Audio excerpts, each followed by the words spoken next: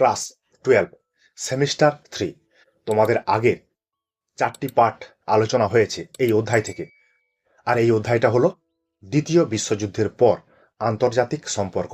তাহলে যেটা বললাম, তোমাদের এখান থেকে 4টি পাঠের আলোচনা হয়েছে।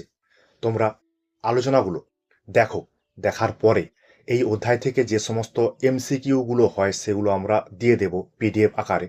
তোমরা সেখান থেকে সেই পিডিএফটা দেখে এই অধ্যায় থেকে কি কি বিষয়গুলো পড়েছো তার একটা সামগ্রিক আইডিয়া করতে পারবে সেই কোশ্চেনগুলো দেখে। তাহলে আমরা এই অধ্যায় থেকে ঠান্ডা যুদ্ধ, ঠান্ডা যুদ্ধের প্রভাব, বৈশিষ্ট্য এবং ঠান্ডা যুদ্ধের যে বিভিন্ন পর্যায় সাল অনুযায়ী সেই পর্যায়গুলো আলোচনা করেছি। তার সঙ্গে বহুত্ববাদ, তার সঙ্গে দ্বিমেরুকরণ রাজনীতি, তার সঙ্গে এককেন্দ্রিকতাবাদ, এই বিষয়গুলো আলোচনা আমরা করেছি। এরপর বা আজকে আমরা যে বিষয়টি নিয়ে আলোচনা করব সেই বিষয়টা হচ্ছে এটাই, বহু মেরুবাদ। দ্বিমেরুকরণ প্রবণতা মানে হচ্ছে আমরা জানি যে দুটি রাষ্ট্র সারা বিশ্বটাকে দুটি ভাগে ভাগ করে নিয়েছিল। আবার এক মেরুকেন্দ্রিক রাজনীতি বলতে সারা বিশ্বটা আমেরিকা যুক্তরাষ্ট্রের নেতৃত্বে পরিচালিত হতো। কিন্তু বর্তমানে আমরা যে বিষয়টা নিয়ে আলোচনা করব সেটা হচ্ছে বহু মেরুবাদ। বিষয়টা সহজ, একটু ভালো করে বুঝবে। তাহলে ঠান্ডা যুদ্ধ এবং দ্বিমেরুকরণ যে রাজনীতি, তারপরে আমেরিকা যুক্তরাষ্ট্র সারা বিশ্বে তার প্রভাব প্রতিপত্তি, অর্থনৈতিক দিক থেকে, রাজনৈতিক দিক থেকে, এগুলো সব দিক থেকে সে কিন্তু তার প্রভাব প্রতিপত্তি বিস্তার করেছিল। কিন্তু সেটা সামগ্রিকভাবে নয়, আস্তে আস্তে করে সারা বিশ্বে যখন রাষ্ট্রীয় কারক মানে অনেকগুলো রাষ্ট্র যখন নিজেকে শক্তিশালী প্রমাণ করার চেষ্টা করছে, বা তার সঙ্গে কিছু অরাষ্ট্রীয় কারক মানে আন্তর্জাতিক সংগঠন প্রতিষ্ঠান গড়ে উঠতে শুরু করেছে, এই রাষ্ট্রীয় কারক এবং অরাষ্ট্রীয় কারক সম্পর্কে আমরা পরে আলোচনা করছি। তাহলে এই সমস্ত যে রাষ্ট্রীয় কারক, অরাষ্ট্রীয় যে কারকগুলো আছে সারা বিশ্বে, তারা কিন্তু মার্কিন যুক্তরাষ্ট্রের বিরুদ্ধে একটা প্রতিবাদ জানাতে শুরু করেছে। তারা কোনোভাবেই আমেরিকা যুক্তরাষ্ট্রের প্রাধান্য স্বীকার করতে চাইছে না। এইখান থেকেই শুরু হচ্ছে তোমার বহু মেরুতা, মানে অনেকগুলোই মেরু থাকবে, অনেকগুলোই কেন্দ্র থাকবে। এই বহুমেরুতা উদ্ভবের কারণগুলো কি কি? আমরা যেটা বলেছিলাম, রাষ্ট্রীয় কারকের সংখ্যা বৃদ্ধি। তাহলে পূর্বে বিশ্ব রাজনীতিতে আমেরিকা যুক্তরাষ্ট্রের একটা একচেটিয়া প্রাধান্য ছিল, কিন্তু পরবর্তীকালে যখন চীন একটা বৃহৎ শক্তিধর রাষ্ট্র হিসাবে আত্মপ্রকাশ করতে শুরু করে, তারপরে আমাদের ভারতবর্ষ তার আধিপত্যের বিস্তারের পথ অনেকটা প্রশস্ত করছে, তারপরে অন্যদিকে যখন জার্মানি, বিভক্ত জার্মানি ঐক্যবদ্ধ হয়, সেও কিন্তু একটা নিজেকে শক্তিশালী রাষ্ট্র হিসাবে আত্মপ্রকাশ করতে শুরু করে, তারপরে জাপান, জাপান কিন্তু বর্তমানে অর্থনৈতিক দিক থেকে খুবই শক্তিশালী। তাহলে আমেরিকা যুক্তরাষ্ট্র আর একা নয়, বা আমেরিকা যুক্তরাষ্ট্রের আর প্রাধান্য স্বীকার করা যাবে না। সেই পরিপ্রেক্ষিতে সেই মোতাবেক বিশ্বে অনেকগুলো রাষ্ট্র তাদের প্রতিপত্তি বিস্তার করতে শুরু করেছে। এগুলোই হচ্ছে তোমার রাষ্ট্রীয় কারক। এরপরে আছে অরাষ্ট্রীয় কারক, মানে রাষ্ট্র নয় কিন্তু এমন এমন কিছু সংঘ প্রতিষ্ঠান, আঞ্চলিক সংগঠন এগুলো রয়েছে যারা আর আমেরিকার প্রাধান্য স্বীকার করতে চাইছে না, বা এক মেরুকরণের প্রাধান্য স্বীকার করতে চাইছে না। তারা নিজেদের মধ্যে, মানে অনেকগুলো রাষ্ট্র নিজেদের মধ্যে যখন একটা সংঘ প্রতিষ্ঠান তৈরি করছে, তারা কিন্তু নিজেকে আরো শক্তিশালী প্রমাণ করার চেষ্টা করছে। তাহলে বর্তমানে রাষ্ট্রীয় কারকের পাশাপাশি অনেক অরাষ্ট্রীয় কারকেরও সৃষ্টি হয়েছে। তারা কি করছে? পারস্পরের মধ্যে সহযোগিতা করছে, মানে রাষ্ট্রগুলি পরস্পরের মধ্যে সহায়তা করছে, দিয়ে আঞ্চলিক সংগঠন গড়ে তুলছে। তারা বিভিন্ন দিক থেকে সহায়তা করছে, সামরিক, অর্থনৈতিক, সাংস্কৃতিক, সামাজিক, বিভিন্ন দিক থেকে। এরকম কয়েকটা উদাহরণ আছে, যেমন ইউরোপীয় ইউনিয়ন, সে সমগ্র বিশ্ব জুড়ে রাজনৈতিক, বাণিজ্যিক এক মুদ্রা ব্যবস্থা গড়ে তুলেছে। দক্ষিণ এশিয়ায় 8টি দেশ তাদের নিজেদের মধ্যে সার্ক গঠন করেছে। দক্ষিণ পূর্ব এশিয়ায় 10টি রাষ্ট্র নিজেদের মধ্যে কি তৈরি করেছে? আসিয়ান তৈরি করেছে। মানে আন্তর্জাতিক চরিত্রটা আস্তে আস্তে কিন্তু বদল হচ্ছে। এটাই হচ্ছে অরাষ্ট্রীয় কারক। মানে এখানে আর এককেন্দ্রিক বা দ্বিকেন্দ্রিক এর কোনো কথা নেই, গল্প চলবে না। 3 আছে তৃতীয় বিশ্বের উদ্ভব। দ্বিতীয় বিশ্বযুদ্ধের পরে যখন এশিয়া, আফ্রিকা, লাতিন আমেরিকার দেশগুলো আস্তে আস্তে করে স্বাধীনতা লাভ করে, তার ফলে বহু মেরুকেন্দ্রিকতার সৃষ্টি হয়। এখানে তারা স্বাধীনতা লাভ করার পর নিজেরা স্বাধীন এবং নিরপেক্ষ থাকতে চেয়েছে। এমনকি এই সমস্ত যে নতুন রাষ্ট্রগুলো স্বাধীনতা পেয়েছে, তারা সম্মিলিত জাতিপুঞ্জের মধ্যে যদি আমেরিকা যুক্তরাষ্ট্র প্রাধান্য বিস্তার করার চেষ্টা করছে, তখনই কিন্তু এই সমস্ত রাষ্ট্রগুলো কি করছে, বিরোধিতা করছে যে আমেরিকা যুক্তরাষ্ট্রের কোনো রকম কোনো প্রাধান্য চলবে না। এই জন্য তারা কি তৈরি করেছে, সার্ক, ব্রিক্স ইত্যাদি আঞ্চলিক সংগঠন। ব্রিক্স, BRICS, বি মানে ব্রাজিল, আর Russia, India, China, south Africa বা দক্ষিণ আফ্রিকা। এর ফুল ফর্ম তোমরা বুঝতে পারছো, এটা শর্ট কোশ্চেন পড়ে। এরপরে রয়েছে বহু অতিজাতি সংগঠনের উদ্ভব, মানে আমরা যেগুলোকে MNCs বলি, মাল্টি ন্যাশনাল কোম্পানি। তারা কিন্তু আর একটা রাষ্ট্রের মধ্যে সীমাবদ্ধ নয়, এরা সারা বিশ্বে বিভিন্ন রাষ্ট্রের মধ্যে তাদের আধিপত্য বিস্তার করেছে। সেখানে আমেরিকা যুক্তরাষ্ট্রও যেমন তার কাছে গুরুত্বপূর্ণ, তেমন ভারতবর্ষও তার কাছে গুরুত্বপূর্ণ, তেমন রাশিয়াও সেই কোম্পানিগুলোর কাছে গুরুত্বপূর্ণ। এরকম বর্তমান বিশ্বে এখন বহু অতিজাতীয় সংগঠন এবং স্বেচ্ছাসেবী সংগঠন গড়ে উঠেছে।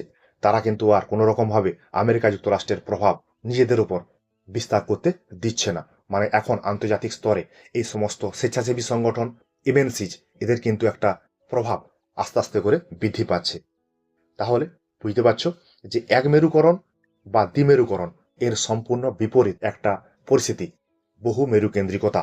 এরপর আমরা বহু মেরুকেন্দ্রিকতার যে বৈশিষ্ট্য, সেই বৈশিষ্ট্যগুলো একটু দেখে নেব। একই রকম বিষয়, তোমরা জাস্ট নোটটা যখন পাবে তখন নোটটা একটু চোখ বুলিয়ে নেবে, তাহলে তোমাদের অধ্যায় সম্পর্কে সামগ্রিক একটা জ্ঞান আসবে এবং সেখান থেকে তোমরা যখন MCQ গুলো দেখে নেবে তখন কিন্তু এই চ্যাপ্টারটা তোমাদের কাছে আর কোনো রকম কোনো জটিলতা থাকবে না। ঠিক আছে, প্রথমে একের পয়েন্টটা কি আছে, একাধিক ক্ষমতার অস্তিত্ব। তাহলে দ্বিমেরু কেন্দ্রিকতায় দুটি রাষ্ট্রের ক্ষমতা প্রাধান্য পাবে, এক মেরু কেন্দ্রিকতায় একটি রাষ্ট্রের ক্ষমতা প্রাধান্য পাবে। এখানে যে বহুমেরু কেন্দ্রিকতা আছে সেখানে কিন্তু বিশ্বে একাধিক রাষ্ট্রের যে জোট বা একাধিক দেশ তাদের ক্ষমতাটাকে আবির্ভূত করছে। আন্তর্জাতিক স্তরের যে চালিকা শক্তি, সেইখানে একটি রাষ্ট্র আর ক্ষমতা দেখাতে পারছে না, সেখানে একাধিক রাষ্ট্র সেই ক্ষমতাগুলো ব্যবহার করছে বা তাদের আধিপত্য বিস্তার করার চেষ্টা করছে। দুইয়ের পয়েন্ট, বহুকেন্দ্রিক বাণিজ্য ব্যবস্থা। তাহলে বহুকেন্দ্রিক ব্যবস্থায় একাধিক দেশ অর্থনৈতিক দিক থেকে তাদের প্রভাব বিস্তার করতে শুরু করেছে। দেখো, আমেরিকা যুক্তরাষ্ট্রের যে মুদ্রা ডলার, সেটা কিন্তু অনেকদিন আগে থেকেই সারা বিশ্বব্যাপী তার প্রাধান্য বিস্তার করে এসেছিল। কিন্তু পরবর্তীকালে চীনের যে মুদ্রা ইউয়ান এবং ইউরোপীয় ইউনিয়নের যে মুদ্রা ইউরো, এরা কিন্তু আস্তে আস্তে করে তাদের আন্তর্জাতিক স্তরে পরিচিতি বাড়াচ্ছে। মানে ইউয়ান বা ইউরো, এরা আন্তর্জাতিক স্তরে ডলারকে আজকে টেক্কা দিচ্ছে। আমাদের ভারতবর্ষের মুদ্রা কি রুপি, সেরকম অন্যান্য দেশের মুদ্রাও রয়েছে। এরা সারা বিশ্বব্যাপী আজ ডলারকে টেক্কা দিচ্ছে। তিনের পয়েন্ট, আঞ্চলিকীকরণ। এই বহুমেরু বিশ্বে আঞ্চলিক সংগঠনগুলো আন্তর্জাতিক ক্ষেত্রে এখন কিন্তু সিদ্ধান্ত গ্রহণ করতে শুরু করেছে। যেমন ইউরোপীয় ইউনিয়ন, তোমরা সবাই জানো বা ফোর্থ সেমিস্টারে রয়েছে, আসিয়ান, ব্রিক্স, সার্ক, এই সমস্ত আঞ্চলিক সংগঠনগুলো আন্তর্জাতিক রাজনীতিতে নিজেদের প্রভাব বিস্তার করছে। মানে একটি অঞ্চলে যে সমস্ত রাষ্ট্রগুলো নিজেদের মধ্যে আঞ্চলিক সংগঠন তৈরি করেছে, তারা কিভাবে আন্তর্জাতিক স্তরে আন্তর্জাতিক রাজনীতি করবে সেটা কিন্তু ওই অঞ্চলের গুরুত্বের উপরেই নির্ভর করছে। এই আঞ্চলিক সংগঠনগুলো অন্যান্য আঞ্চলিক সংগঠনের সঙ্গে সম্পর্ক তৈরি করছে। মানে বিশ্ব রাজনীতিতে আজ আঞ্চলিক সংগঠন গুরুত্বপূর্ণ ভূমিকা পালন করছে। সেখানে আর একটা রাষ্ট্র বা দুটি রাষ্ট্র নেই, অনেকগুলো আঞ্চলিক সংগঠন বা সংস্থা বা রাষ্ট্র রয়েছে। চারের পয়েন্ট, বহুমুখী হুমকির উদ্ভব। বহুমেরু কেন্দ্রিকতার একটা খারাপ দিকটা কি, নিরাপত্তার অভাব। আজ বিভিন্ন প্রান্ত থেকে বিভিন্ন রকম হুমকি আসছে। হুমকিগুলো কেমন, সন্ত্রাসবাদী হামলা, সাইবার প্রতারণা, এগুলো আজকাল ব্যাপক প্রাধান্য বিস্তার করছে। সেই জন্য বিভিন্ন রাষ্ট্র নিজেদের মধ্যে একটা সংগঠন তৈরি করছে কিভাবে সন্ত্রাসবাদকে বা তোমার সাইবার অ্যাটাককে আটকানো যাবে। সেই জন্য ন্যাটো রয়েছে, সাংহাই সহযোগিতা সংস্থা রয়েছে, এমনকি ভারত যে সমস্ত আঞ্চলিক সংগঠনগুলোতে রয়েছে সেই সমস্ত আঞ্চলিক সংগঠনেও কিন্তু এই বিষয়গুলো নিয়ে আলোচনা করা হয়, কিভাবে সাইবার অ্যাটাক আটকানো যাবে, কিভাবে সন্ত্রাসবাদী হামলা বন্ধ করা যাবে। ঠিক আছে, তাহলে এইভাবেই আমরা বহুমেরু কেন্দ্রিকতার যে বৈশিষ্ট্য সেগুলো আলোচনা করলাম। এরপরে আমরা আসি, বর্তমান বিশ্বটাকে বহুমেরু কেন্দ্রিক বলা যাবে না এক কেন্দ্রিক বলা যাবে, এই বিষয়টা নিয়ে। বর্তমান বিশ্বের যা পরিস্থিতি, সেখানে দেখলে দেখা যাবে এখনো পর্যন্ত আমেরিকা যুক্তরাষ্ট্র তার প্রাধান্য বিস্তার করে রেখেছে। এই যে বর্তমানে যে সমস্ত যুদ্ধগুলো চলছে, সেখানে দেখলে দেখতে পাবে আমেরিকা যুক্তরাষ্ট্র তার বিভিন্নভাবে আর্থিক, সামরিক, বিভিন্নভাবে আন্তর্জাতিক ক্ষেত্রে তার প্রভাব বিস্তার করে চলছে। আবার অনেক আঞ্চলিক সংগঠন গড়ে উঠেছে, তারা কিন্তু আমেরিকা যুক্তরাষ্ট্রের যে এই প্রাধান্য কোনোভাবে স্বীকার করতে চাইছে না। তারা নিজেরা নিজেদের ভালো মন্দটা নিজেরাই বুঝতে পারবে। এই দিক থেকে বলা যেতে পারে যে আজকের যে বিশ্ব, সেটা একমেরু কেন্দ্রিক না বহুমেরু কেন্দ্রিক, এটা কিন্তু আজকে আর এক বাক্যে আমরা বলতে পারি না। কারণ যেমন বললাম, সোভিয়েত ইউনিয়নের পতনের পর আমেরিকা যুক্তরাষ্ট্র সারা বিশ্বে এক মেরুকেন্দ্রিকতা সৃষ্টি করেছিল। আবার ঠান্ডা যুদ্ধের পর রাশিয়া, ভারত, জাপান, চীন, এই সমস্ত রাষ্ট্রগুলো আস্তে আস্তে তাদের কিন্তু ভূমিকাটা পালন করতে শুরু করেছে। তারা আমেরিকা যুক্তরাষ্ট্রের আধিপত্য স্বীকার করছে না। অন্যদিকে যেটা আমরা আলোচনা করলাম, অরাষ্ট্রীয় কর্মকর্তা জেগে উঠেছে, তারাও আমেরিকা যুক্তরাষ্ট্রের ভূমিকা কোনোভাবেই কিন্তু স্বীকার করছে না। এই সমস্ত দিক থেকে বলা যেতে পারে যে আন্তর্জাতিক যে রাজনীতিটা, সেটা বহুমেরু কেন্দ্রিক ও একমেরু কেন্দ্রিকের সংমিশ্রণ। এই বিষয়টা যেটা আলোচনা করলাম, তার সঙ্গে এই অধ্যায়েই আরেকটা বিষয় আছে, যেটা হচ্ছে জোট নিরপেক্ষ আন্দোলন। আমরা কিন্তু আলোচনা প্রসঙ্গে জোট নিরপেক্ষ আন্দোলনের যে বিষয়টা, সেটা কিন্তু আলোচনা বলেছিলাম। তবে এই অধ্যায়ে এই বিষয়টি আছে, আমাদের কিন্তু একটু জানতে হবে এই বিষয়টা সম্পর্কে। ঠিক আছে, তাহলে জোট নিরপেক্ষ আন্দোলন, যেটাকে আমরা নন অ্যালাইন্ড মুভমেন্ট বলে থাকি, বা শর্টে আমরা সেটাকে বলি ন্যাম, NAM। এই জোট নিরপেক্ষ আন্দোলনটা কখন গড়ে উঠেছিল? দ্বিতীয় বিশ্বযুদ্ধের পরে, যখন সারা বিশ্ব দুটি মেরুতে বিভক্ত হয়ে পড়ে, মানে দ্বিমেরুকরণ রাজনীতির সূচনা হয়। আমেরিকা যুক্তরাষ্ট্র তার পুঁজিবাদী ধারণা, সোভিয়েত ইউনিয়ন তার সময়তান্ত্রিক ধারণা সারা বিশ্বে যখন ছড়িয়ে দিতে চাইছে, তখন সেই সময় কিছু মহাদেশে কিছু দেশ তারা কিন্তু আস্তে আস্তে করে স্বাধীনতা লাভ করছে। যেমন এশিয়া, আফ্রিকা, ল্যাতিন আমেরিকার কিছু দেশ তারা আস্তে আস্তে করে স্বাধীনতা লাভ করতে শুরু করেছে। তারা স্বাধীনতা লাভ করার পরে কোনোভাবে এই দুটি মহাশক্তি জোটে যোগদান করতে চায়নি। তারা এই দুটি জোটে অংশগ্রহণ না করে নিজেরা স্বাধীন থাকতে চেয়েছিল। তাদের যে সার্বভৌমিকতা যেটা আছে, সেটাকে তারা রক্ষা করতে চেয়েছিল। এইভাবে তারা নিজেদের অর্থনৈতিক উন্নয়নকে নিজেদের লক্ষ্য হিসাবেই প্রতিষ্ঠিত করতে চেয়েছিল। সহজ করে বলতে গেলে, যে কোনো পক্ষতেই যোগ না দিয়ে নিরপেক্ষ বা স্বাধীনভাবে চলার সিদ্ধান্তটাই হচ্ছে জোট নিরপেক্ষতা। এভাবে তোমরা ভূমিকাটা একটু জানবে। বিষয়টা বোঝা না গেলে বলবে, আরো ভালো করে বুঝিয়ে দেওয়া যাবে। একবারে সহজ বিষয়। দুটি জোটে অংশগ্রহণ যারা করছে না, তারা জোট নিরপেক্ষ থাকছে, জোটের থেকে আলাদা থাকছে। ঠিক আছে, পরে আছে জোট নিরপেক্ষতার সংজ্ঞা, যেটা আমরা জানলাম। সাধারণভাবে কোনো বৃহৎ শক্তি জোট বা সামরিক জোটে অংশগ্রহণ না করে বা স্বাধীনভাবে চলার যে পথ, সেটাকেই বলা হবে জোট নিরপেক্ষতা। জোট নিরপেক্ষতা কোনো শব্দ নয়, এটা কিন্তু একটা রাজনৈতিক দর্শন। তাহলে এবারে আমরা আসি জোট নিরপেক্ষতার যে সংকীর্ণ অর্থ রয়েছে। তাহলে জোট নিরপেক্ষতার সংকীর্ণ অর্থ হচ্ছে এটাই, যে বিদেশ নীতির গ্রহণ করার একটা কৌশল। তৃতীয় বিশ্বের যে দেশগুলো, এশিয়া, আফ্রিকা, ল্যাতিন আমেরিকার যে দেশগুলো, এই সমস্ত দেশগুলোকে তৃতীয় বিশ্বের দেশ বলা হয়। তারা নিজেদের বিদেশ নীতিকে ব্যবহার করে জোট নিরপেক্ষতার ভিত্তিতে। তাহলে তারা কোনো রকম কোনো সামরিক জোটে অংশগ্রহণ না করে নিজেরা স্বাধীনভাবে থাকতে চেয়েছিল, সংকীর্ণ অর্থে। ব্যাপক অর্থে কি আছে?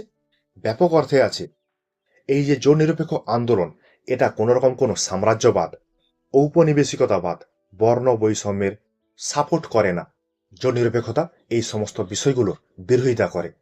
বর্ণ বৈষম্য বলতে সাদা চামড়ার মানুষ, কালো চামড়ার মানুষ, এই যে বিভাজনটা, এই বিভাজনটা কোনোভাবে জোট নিরপেক্ষ আন্দোলনের যে দেশগুলো তারা মেনে নিতে পারেনি বা তারা মেনে নিতে চায় না। এই জোট নিরপেক্ষতা সম্পর্কে কয়েকজন রাষ্ট্রবিজ্ঞানী তাদের সংজ্ঞা প্রদান করেছেন। তার মধ্যে গুরুত্বপূর্ণ জওহরলাল নেহেরু। জওহরলাল নেহেরু কি বলেছেন? জোট নিরপেক্ষতা হলো স্বাধীনভাবে কাজ করার নীতি এবং ন্যায়সঙ্গত কাজকে সমর্থন এবং অন্যায়ের বিরুদ্ধে বিরোধিতা করা, এটাই কিন্তু জোট নিরপেক্ষতা। আরেকজন আছে বার্টন। তিনি কি বলেছেন? সময়তান্ত্রিক ও পুঁজিবাদী এই দুটি জোটের প্রভাব থেকে দূরে রেখে বিদেশ নীতি পরিচালনা করাই হলো জোট নিরপেক্ষতা। এরপরে রয়েছে পার্থ চ্যাটার্জির অভিমত। তিনি কি বলেছেন? তিনি জোট নিরপেক্ষ নীতিকে বলেছেন আত্মনির্ভরশীল, মানে জোট নিরপেক্ষ আন্দোলনের যে দেশগুলো তারা কিন্তু নিজেরাই নিজেদের স্বনির্ভরশীল করতে চেয়েছে এবং স্বাধীন রক্ষার কর্মসূচি হিসাবে গ্রহণ করেছে জোট নিরপেক্ষ নীতিকে। এই তিনটি জোট নিরপেক্ষ নীতির সংজ্ঞা দেওয়া হয়েছে, এর মানে এগুলো কিন্তু পড়তে পারে, মানে কোন রাষ্ট্রবিজ্ঞানী এই উক্তিটি করেছেন। এরপরে আমরা চলে আসি জোট নিরপেক্ষ আন্দোলনের যে উদ্ভব, সেই উদ্ভব এবং তার প্রধান নেতৃত্বে কারা ছিলেন। তাহলে বিগত শতকের 50-এর দশকে বেশ কয়েকজন বিশ্ব নেতা তাদের দূরদর্শিতা এই জোট নিরপেক্ষ আন্দোলনের সৃষ্টি করেছে। এই আন্দোলনের ক্ষেত্রে কয়েকজন গুরুত্বপূর্ণ নেতা ভূমিকা পালন করেছিলেন। তাদের মধ্যে কে কে রয়েছে? তাদের মধ্যে রয়েছে জওহরলাল নেহেরু। জওহরলাল নেহেরু কিন্তু এই আন্দোলনের তাত্ত্বিক নেতা, মানে জওহরলাল নেহেরুকে জোট নিরপেক্ষ আন্দোলনের জনক বলা হয়ে থাকে। তারপরে আছে টিটো, ইনি যুগোস্লাভিয়ার নেতা। যুগোস্লাভিয়া একটা কিন্তু সময়তান্ত্রিক দেশ, তবুও সোভিয়েত ইউনিয়নের সঙ্গে যুগোস্লাভিয়ার যাতে কোনো রকম কোনো সম্পর্ক থাকে তার ব্যবস্থা করেছিলেন টিটো। তারপরে রয়েছে নাসের। আমরা নাসের সম্পর্কে আলোচনা করেছি যখন আমরা ঠান্ডা লড়াইয়ের বিভিন্ন পর্যায়গুলো আলোচনা করি। তাহলে আরবকে ঐক্য প্রদান করা এবং আরবের মধ্যে যে সমস্ত সাম্রাজ্য বিরোধী শক্তি আছে সেগুলোর বিরুদ্ধে লড়াই করা মিশরের উদ্দেশ্য ছিল।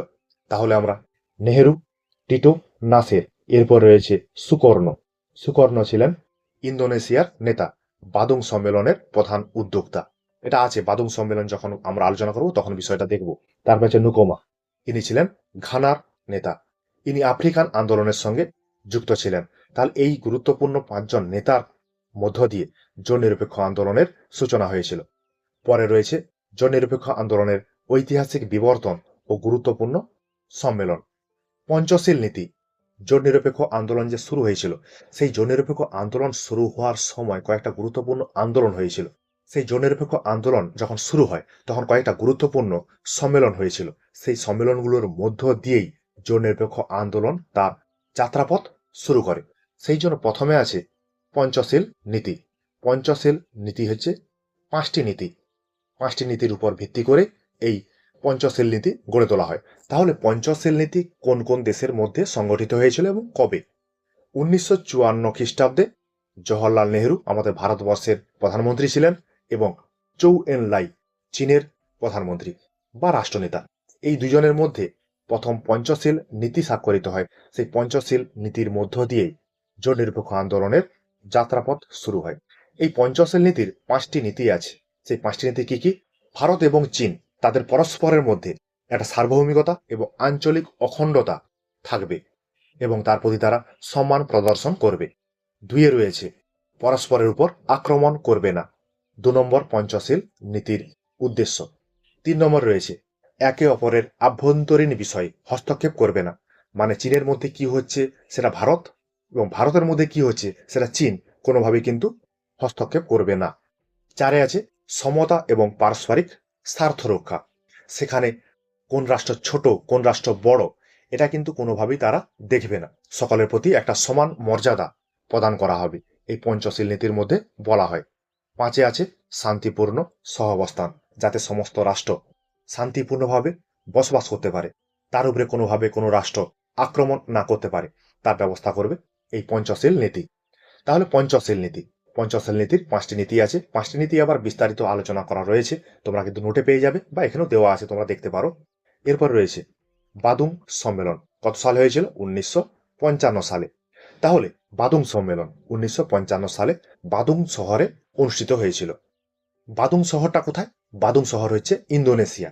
ইন্দোনেশিয়ার যে বাদুং শহর, সেখানে বাদুং সম্মেলন অনুষ্ঠিত হয়েছিল। এই সম্মেলনে এশিয়া, আফ্রিকা, সেই সমস্ত দেশগুলো থেকে 29টি দেশ এই বাদুং সম্মেলনে অংশগ্রহণ করেছিল এবং দ্বিতীয় বিশ্বযুদ্ধের পরে যে সমস্ত দেশগুলো স্বাধীনতা লাভ করেছিল তারাও কিন্তু এই বাদুং সম্মেলনে অংশগ্রহণ করেছিল। এবং ঠান্ডা লড়াইয়ের সময় যে সোভিয়েত ইউনিয়ন এবং মার্কিন যুক্তরাষ্ট্রের মধ্যে যে একটা লড়াই চলছিল, সেই লড়াইয়ের মধ্যে এই সমস্ত রাষ্ট্রগুলো কিন্তু কোনোভাবেই অংশগ্রহণ করতে চায়নি। তারা নিজেরা স্বাধীন থাকতে চেয়েছে, তারা নিজেদের স্বার্থকে কিভাবে সম্পূর্ণ করতে হবে তারা কিন্তু নিজেরাই সেটাকে ব্যবস্থা করবে। সেই জন্য জওহরলাল নেহেরু, সুকর্ণ, নাসের, চৌ এন লাই এই বাদুং সম্মেলনে অংশগ্রহণ করেন।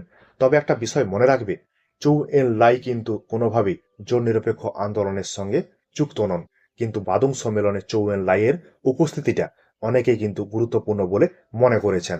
এরপরে রয়েছে জোট নিরপেক্ষ আন্দোলন গড়ে ওঠার পিছনে যে আরেকটা সম্মেলন, কায়রো সম্মেলন। কত সালে হয়েছিল? 1961 সালে হয়েছিল। এখানে যারা সদস্য পদ লাভ করবে তারা এই কায়রো সম্মেলনের যে 5টি নীতি, সেই 5টি নীতি তারা মেনে চলবে। এইভাবে জোট নিরপেক্ষ আন্দোলন তৈরি হয়, এবং জোট নিরপেক্ষ আন্দোলন তৈরি হওয়ার পেছনে যে সমস্ত সম্মেলনগুলো রয়েছে সেই সম্মেলনগুলো আমরা আলোচনা করলাম। এরপরে আমরা চলে আসি জোট নিরপেক্ষ আন্দোলনের যে বৈশিষ্ট্যগুলো রয়েছে সেই বৈশিষ্ট্যগুলোর আলোচনাতে। তাহলে প্রথমে আছে সামরিক শক্তিজোটের বিরোধিতা। এইখানে যে বৈশিষ্ট্যগুলো, অবদানগুলো, গুরুত্ব, যে সমস্ত বিষয়গুলো আলোচনা করা হবে, সমস্ত বিষয়গুলো কিন্তু আমরা ভূমিকাতে আলোচনা করেছি। এখানে সেগুলো বিস্তারিতভাবে দেওয়া আছে।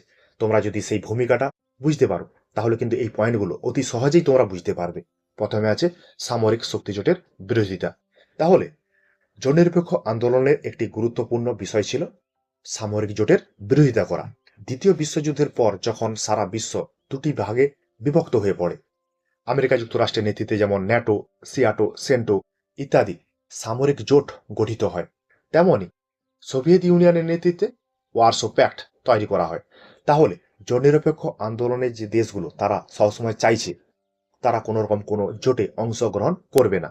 জোটে যদি অংশগ্রহণ করে তাহলে কি হবে? সারা বিশ্বে যুদ্ধের সম্ভাবনা বৃদ্ধি পাবে এবং উত্তেজনা বৃদ্ধি পাবে। সেই জন্য তারা কোনোভাবেই কোনো জোটে অংশগ্রহণ করেনি। মানে তৃতীয় বিশ্বের যে দেশগুলো তারা কিন্তু কোনো রকম কোনো জোটে অংশগ্রহণ করেনি। দুইয়ে আছে ঠান্ডা লড়াইয়ের বিরোধিতা করা। ঠান্ডা লড়াই চলেছিল আমেরিকা যুক্তরাষ্ট্র এবং সোভিয়েত ইউনিয়নের মধ্যে। সেই লড়াইটা কি কারণে হয়েছিল? মতাদর্শগত কারণে, আদর্শগত কারণে। সোভিয়েত ইউনিয়নের সময়তান্ত্রিক নীতি, মার্কিন যুক্তরাষ্ট্রের পুঁজিবাদী নীতি, দুটি নীতি আলাদা। সেই জন্য তাদের মধ্যে মতাদর্শগত দ্বন্দ্ব বেঁধেছিল। সেই দ্বন্দ্বে জোট নিরপেক্ষ আন্দোলনে যে দেশগুলো আছে তারা কোনোভাবেই তার সঙ্গে যুক্ত হতে চায়নি। মানে তারা এই দ্বন্দ্ব থেকে দূরে থাকতে চেয়েছিল। তারা কোনো রকম কোনো পক্ষ গ্রহণ করেনি। তারা সারা বিশ্বে শান্তি বজায় রাখতে চেয়েছে। দেখো, যখন ঠান্ডা লড়াই হয় তখন দুটি রাষ্ট্র নিজেদের মধ্যে যুদ্ধ না করে কে কতটা তার মতাদর্শ সারা বিশ্বে ছড়িয়ে দিতে পারে তার কিন্তু একটা প্রবণতা চলে আসছিল। সেই প্রবণতা থেকে জোট নিরপেক্ষ আন্দোলন নিজেদের কিন্তু অনেকটাই দূরে সরিয়ে রেখেছিল। তিনে মতাদর্শগত বিভেদের বিরোধিতা।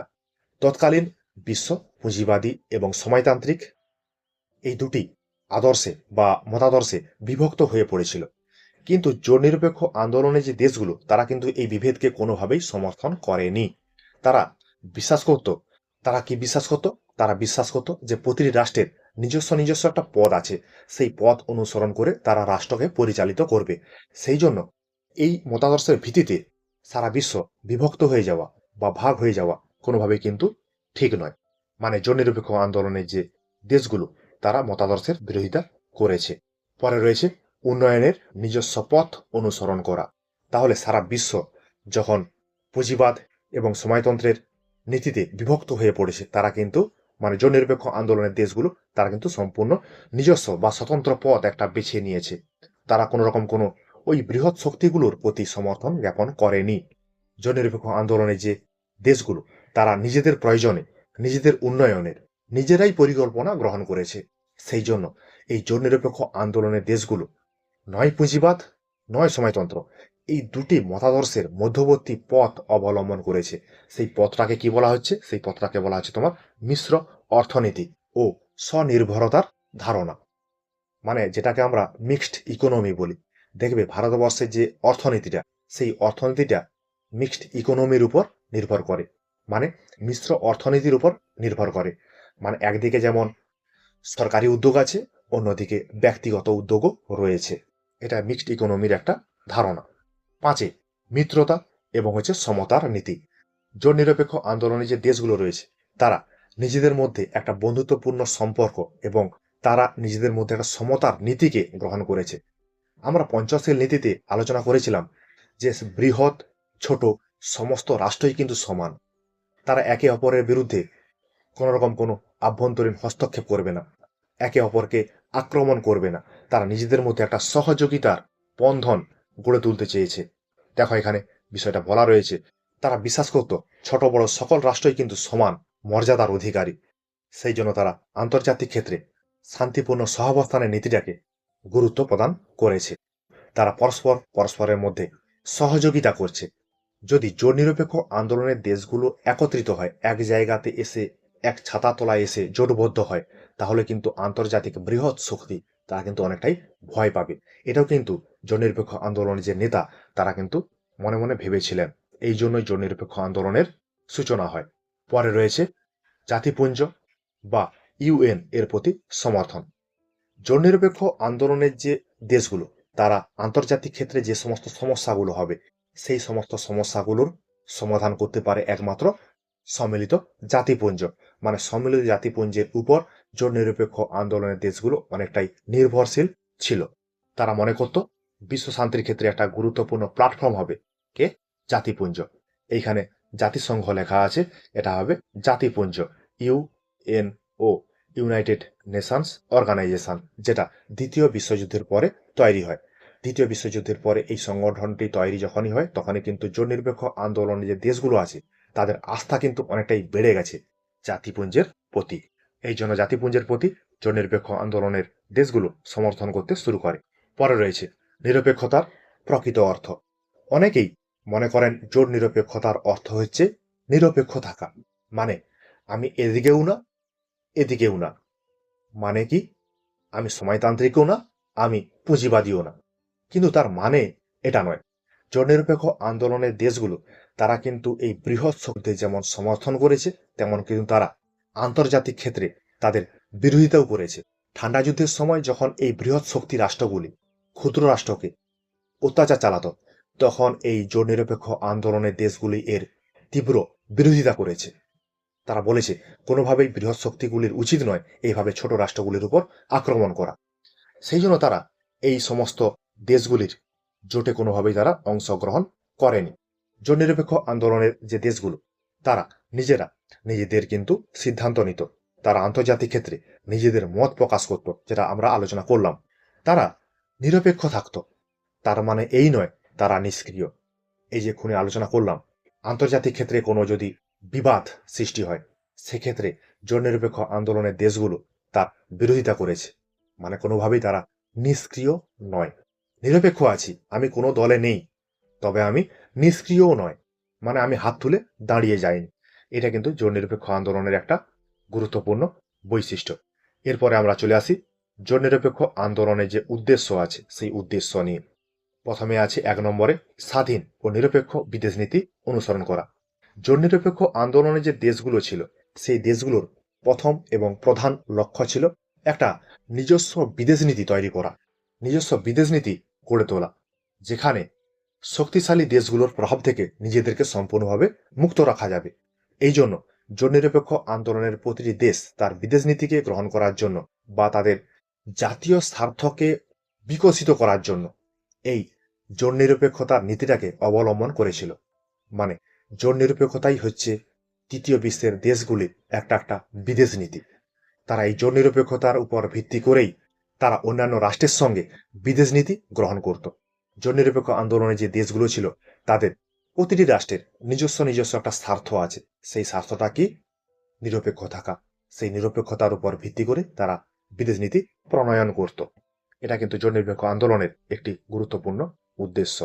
পরে আছে আন্তর্জাতিক উত্তেজনার প্রশমন করা। দ্বিতীয় বিশ্বযুদ্ধের পর ঠান্ডা লড়াই বিশ্বে ভয়াবহ একটা পরিবেশের সৃষ্টি করেছিল। সেই উত্তেজনা কমাতে জোট নিরপেক্ষ আন্দোলনের দেশগুলো গুরুত্বপূর্ণ ভূমিকা গ্রহণ করেছিল। তারা এই দুই মহাশক্তির মধ্যে সেতু বন্ধন তৈরি করেছে। মানে দুটি রাষ্ট্রকে কিভাবে শান্ত করা যায়, কিভাবে এই দুটি রাষ্ট্রকে শান্ত করার মধ্য দিয়ে বিশ্বতে শান্তি ফিরিয়ে আনা যায়, তার ব্যবস্থা করেছে কে? এই জোট নিরপেক্ষ আন্দোলনের দেশগুলো। মানে তারা আন্তর্জাতিক ক্ষেত্রে উত্তেজনা বা সংঘর্ষ সেটাকে তারা অনেকটাই কমাতে উদ্যোগ গ্রহণ করেছে। পরে আছে ঔপনিবেশিকতার বিরুদ্ধে সংগ্রাম। ঔপনিবেশিকতা বলতে অন্য একটি রাষ্ট্র একটি ক্ষুদ্র দুর্বল রাষ্ট্রের উপর সামাজিক অর্থনৈতিকভাবে শোষণ চালাবে এবং উৎপীড়ন চালাবে। এই বিষয়টার বিরোধিতা করেছে জোট নিরপেক্ষ আন্দোলনের দেশগুলো। এই জন্য সেই সময় যে সমস্ত রাষ্ট্রগুলো পরাধীন ছিল, ঔপনিবেশিক শাসনের আন্ডারে ছিল, তারা যাতে স্বাধীনতা পায় সেই জন্য জোট নিরপেক্ষ আন্দোলনের দেশগুলো তাদেরকে ব্যাপকভাবে সমর্থন করেছে। সেই সমর্থন করার জন্য ওই সমস্ত পরাধীন রাষ্ট্রগুলো স্বাধীনতা লাভ করতে সচেষ্ট হয়েছে। দেখো এখানে বিষয়টা দেওয়া আছে, বহু দেশকে স্বাধীনতা লাভের ক্ষেত্রে উৎসাহ প্রদান করেছিল এই জোট নিরপেক্ষ আন্দোলনের দেশগুলো। 4 আছে আন্তর্জাতিক সহযোগিতা ও অর্থনৈতিক উন্নয়ন। তৃতীয় বিশ্বের দেশগুলোর একটা প্রধান সমস্যা ছিল, সেই সমস্যাটা কি? দারিদ্রতা এবং অনুন্নয়ন। সেই জন্য জোট নিরপেক্ষ আন্দোলনের যে দেশগুলো তারা পরস্পরের মধ্যে একটা সহযোগিতার বাতাবরণ তৈরি করতে চেয়েছে। এরকম যদি সহযোগিতার বাতাবরণ নিজেদের মধ্যে তৈরি করা যায়, তাহলে তাদের মধ্যে যে দারিদ্রতা আছে, তাদের মধ্যে যে অনুন্নয়ন আছে, সেটা কিন্তু অনেকটাই মিটে যাবে। আমার দেশে এইটা আছে, ওই দেশে ওইটা নেই, তাহলে ওইখান থেকে আমি আমার প্রয়োজনীয় জিনিস আনবো এবং ওদের প্রয়োজনীয় জিনিস আমি কিন্তু এখান থেকে সরবরাহ করব। এইভাবে দুটি দেশের মধ্যে বাণিজ্যিক সম্পর্ক তৈরি হয়। সেখান থেকেও দারিদ্রতা অনেকটাই কিন্তু মুছতে সচেষ্ট হয়েছিল এই তৃতীয় বিশ্বের দেশগুলো। তাদের মধ্যে আর্থিক উন্নয়ন হয়, তাদের মধ্যে প্রযুক্তিগত বিনিময় হয়, তারা পারস্পরিক সহযোগিতার মাধ্যমে নিজেদের উন্নতির পথ তৈরি করে ফেলেছিল।